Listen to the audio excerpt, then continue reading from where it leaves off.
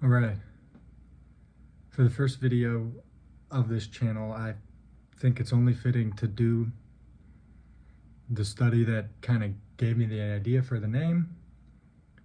And it just really resonates with me because a lot of my life, I feel like this quote has been happening without me knowing that's what was happening. So let me start with some context. What we're studying today is the calling of Simon and Andrew, and also James and John, but mostly Simon, Peter, and Andrew. And it's kind of the main point I'm going on is the quote, put out into deep water and let down the nets for a catch. Right? Luke 5:4. That, let me go to the context of my life. That I feel like has been resonating with me because I'm a pretty like to bare my soul dude. When I have convos with friends, I have a hard time staying in like the shallow end per se. And that's partially because I just trust people a lot. My siblings and I were always very close, so we would tell each other a lot of stuff when we were younger. And so when I grew up, my high school friends I was really close with, and we could tell each other really anything. There wasn't that like, men can't express themselves in my friend group. It was just not a thing. So when I got to college, there were all these people. Now meeting everyone is brand new to me. My hometown was really small, so everyone knew each other. But college, everyone's new. And I kept getting told over and over in different convos, oh my gosh, I've never told that to anyone before. And then I would talk to someone else. And then they would go, oh my gosh, I've never told that story to anyone before. And to me, for a long time, I was like, I wore it as a burden. I was like, I don't know if I like that. Because then I would get distant with some of these people. It's almost like they didn't want to be bearing their soul to me. Because it is scary, to tell other people stuff that you wouldn't tell a lot of people. Especially when it's like that quote, I have never told anyone that. So that's something they held close to their chest. I hold lots of stuff relatively close to my chest, but if I decide I trust somebody, I usually, if they ask me something, I'll just say it. So, to the point, that quote, put out into deep water and let down the nets for a catch, always felt like that. Those conversations like summed up. Because, we'd go from shallow waters, we're talking about, casual stuff, just, what'd you do in high school? What were your hobbies? And then you get into deep things. Stuff that actually like affects your heart, your spirit, how you carry yourself, if you're happy or depressed, stuff that does not involve like, I guess, the stuff that of the world. Something deep down in us that we would get on pretty quick. So I started to think about what this means. And I keep looking down because I have this right here, kind of reading my notes and stuff. So we'll go to the context, right? The fishermen are Simon, who is called Peter later, Kephas. And Peter and Kephas mean the rock in Greek and Aramaic. It's different languages, but they all mean the rock. Andrew is his brother, right? And then the fishing partners of theirs are James and John. And their father is also Zebedee, who's also in this scene. But it starts at a different scene, kind of where, to me, this starts to resonate a lot. Andrew meets Jesus before Peter does. And so Andrew is there when the baptism happens and it's declared, look, there's the Lamb of God, right? And the dove comes down, rests on him. And if you were in that society that Andrew had grew up in and Simon had grew up in, this is something they've been studying all their life, like the coming of the Messiah, and even down to John, voice in the wilderness. They're all claiming old scripture, all the prophets of that time and before, but they're all claiming scriptures that have come before now. Almost like taking ownership of this happening now. It's not in the future anymore, it's happening currently, which is why it's a big deal when they would say these things. And nowadays, we kind of hear those quotes and they pass us by. But in that time, it was like a very big deal. So we have Andrew's aware of this already, right? But Simon is not. to the point of when Andrew comes to Simon, he's kind of bringing the gospel, the good news, to Simon, right? Kind of how when you get into those convos of deep water, you're bringing hopefully a light to that person that's having a hard time. And then right before anything happens, Jesus declares Simon will be called Cephas, meaning Peter. Before anything happens, he tells Simon that, right? It's almost like before any of us see what we can become following Jesus, he already sees it.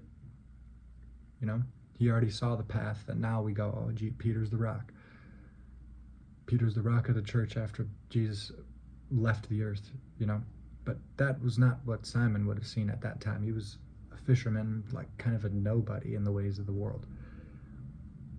And that's the first thing that Jesus does. It's kind of like pointing out his potential without really telling him what the potential is. He just is called the rock. So to Simon, that'd be like, okay, out of whatever. Hopefully not whatever, but now that was all, by the way, that whole section where, you know, it says, look, behold the Lamb of God. That's all in John 1, 35, 42. So it's a separate account than the quote I'm kind of using for today, which is put into deep water and let down the nets for a catch. That's Luke 5, 4. So there's different parts already kind of showing that different accounts hold up across them. And we're back in Luke 5:1, right? Or 5:4. 5:1 through 11, though, is this whole scene where we're about to go into. Where Simon's in his boat, he's done fishing. Jesus sees his boat and enters it, even though there's another boat right there, which is James and John, the partners of Simon, right? And Zebedee, I think. Their father's also there. And he tells Simon, put out a little bit from the shore, and that's where then Jesus teaches to the crowd that's on the shore from. There's a reason why he says put out a little bit, because everything's very literal but also being symbolic, because literally that's what happens. You know, gets on a boat, puts it out a little bit, teaches from there.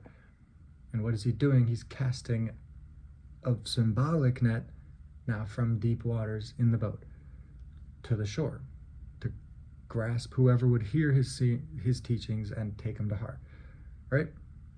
So all that's kind of literal symbolic wrapped together. And then when he's done, that's when Jesus says the quote at the very beginning of this, put out into deep water and let down the nets for a catch. And in this point, it's quite literal what he's asking. Like he's literally asking him, put down the nets. Not some symbolic thing that Jesus was just doing, more so. Now it's very literal, like literally put down your nets. And Simon's answer is kind of, in other words, we've been fishing all night, nothing happened. And it's almost like, for us, if we were to put this in our position, it's like pointing at the past as proof for the future, right? Simon's pointing at, oh, all last night, nothing happened. All last night, nothing happened. So now, nothing's going to happen. Pointing at the past as proof for the future. Pointing at his own, like, doubt in the present as proof that it won't happen. Because the past gave him this doubt, right? And that's kind of more so in our lives. Our own lives create that doubt. Our own lives create proof that we should doubt, almost. Nothing else. It's kind of our own making and our own experiences that put that doubt into firm place. And he resists, but then after a second he says, because you have said so, I will do it, to Jesus. Simon says this. It's almost like saying, because you told me to do this, I'll just do it, I guess. And that's it. At this point, it really does read like he doesn't believe what's about to happen, and he's almost entertaining it, right? And that's a lot of us at the beginning, when you start being like, I have nowhere else to go. I'm going to turn to Jesus. I have nowhere else to go. I guess I'll entertain this. It's very in line with that, even though for us, Peter is who he is. But at this point, he was not that. He was like us, just a nobody in the ways of the world. And at this time, that man, Jesus calling him, did not have the weight that he would have known yet. So it's just a dude saying, put your nets down into the water. And for Simon, he's going, okay, I'll entertain this guy, right? So he follows the word, and then the miracle happens that everybody knows. You know, the fish catch is so big that the nets are breaking, and they have to use extra help to pull them on the boat. James, John, Zebedee. Different John than the other one we were talking about. This is not John the Baptist. You know, it's John the Apostle, John the disciple, the one that stands at the cross at the very end of all of this. The only disciple who does stand at the cross, by the way. But that's when the miracle happens after that. Almost after his entertaining it in his own heart, then it happens. It's not before, really. And so this is like the incredibly real imagery mixed in with incredibly symbolic imagery. It's like in every part. Sometimes it's purely symbolic, but so many times there's just a real story with somebody's real life, their real events happening, and then you can step away from it to find all the symbolic imagery that a lot of people then treat it, oh, it's a fantasy story. Right? Because that symbolic imagery that wraps into this, to me the question is, which is what I'm planning on naming this series, the question is, what deep waters in our hearts do we need to cast down into for the catch to be made?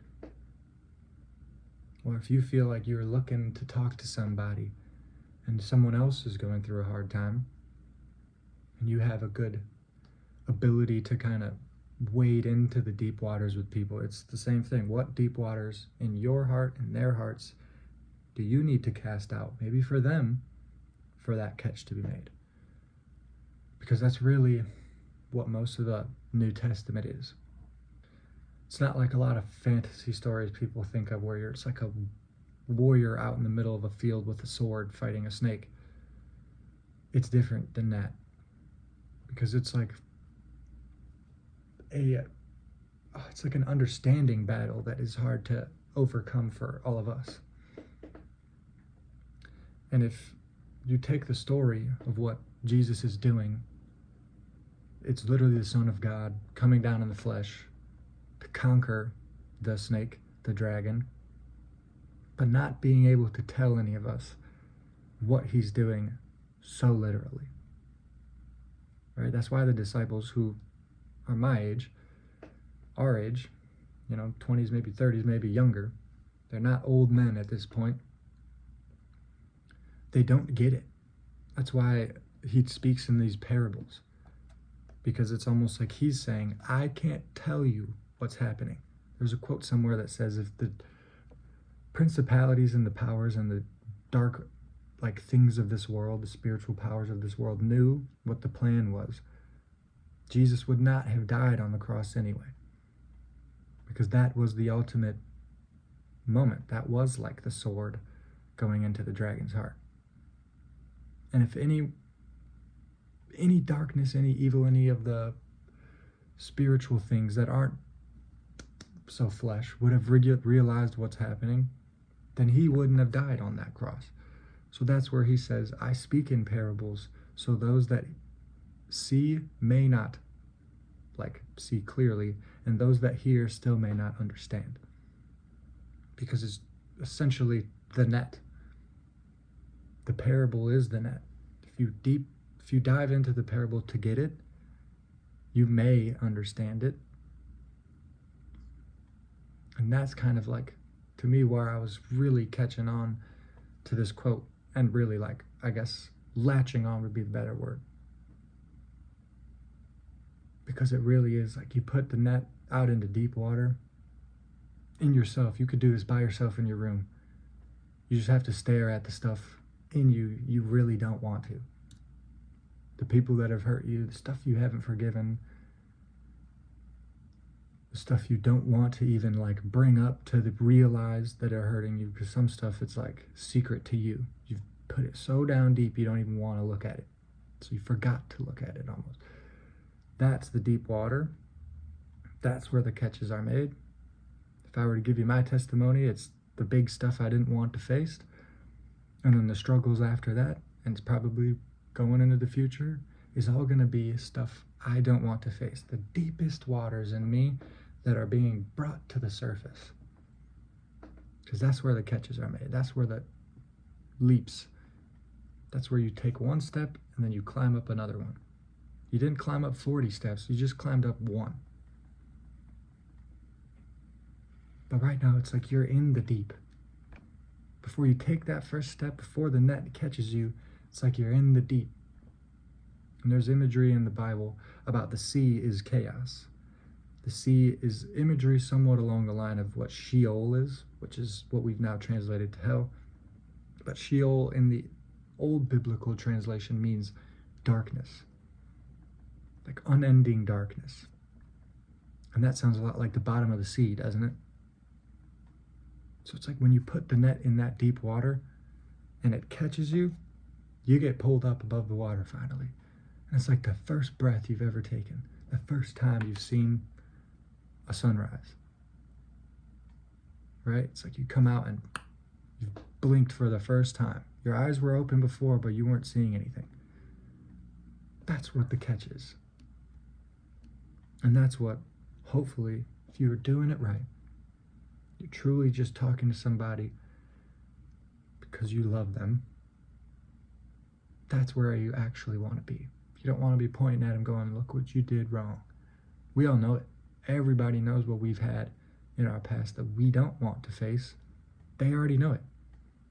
That is the deep waters they don't want to see. So you don't have to tell them, look at all your deep waters. You got to bring it out of them.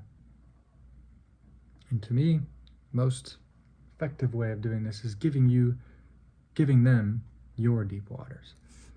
Tell them all the stuff that you really didn't want to face. Show them all the things, especially if you're close with people. It's I think a lot more effective a lot of times if you're really close with someone. Because they know your deep waters too, a lot of the time. Some of the stuff you probably don't show anyone in the world, and that's the stuff you'll have to sit by yourself, most likely, and face. But there's plenty of deep waters that your close friends, your close family know, and they are aware of that deep water for you. So then when you step out of it, they are going to be looking at it and go, what just happened? You were stuck down in that water not being able to swim for years. When did you learn how to paddle? And it's like, I didn't paddle. A net came down and caught me, and pulled me up. That's, to me, is the magic of this part. It seems like such a simple scene, because in the Bible it almost kind of just reads like, the miracle happens, follow me, and they do. But there's so much depth about that moment. Because Peter's sitting there going, what? But then he does it. And it's almost like that sliver of being like, okay, I'll do it, was enough. Because if he said no 20 times in a row and never gave in, I guarantee you there wouldn't have been enough in him to say yes to follow me. He would have just been like, I'm having a tough day. All night we tried to catch fish. It didn't work. I'm going home. Put your net in the water. No, I'm going home. Okay, follow me. No, why would I do that? There's not enough there. It's kind of like the mustard seed thing. The sliver of going, I'll entertain this guy, was the mustard seed. And obviously we know where it goes, but yeah, that's the question. What deep waters do you need to cast the net into? Make those catches. Anyway, see y'all around probably. Hopefully I'm going to start this series called Question Is. I don't know what other videos I would make for now, but I have some already shot. I would just have to figure out an order or whatever it is, but yeah, follow along here if you're interested. I'm hopefully going to start making a community eventually, But for now, you know, I'm new to this. If you're new to this with me, let's be new to this together. If you're not new to this, leave advice for me down there. I'm open to anything. Well, I guess not anything, but I'm open to what is the good way. And we'll walk it all together. See y'all around.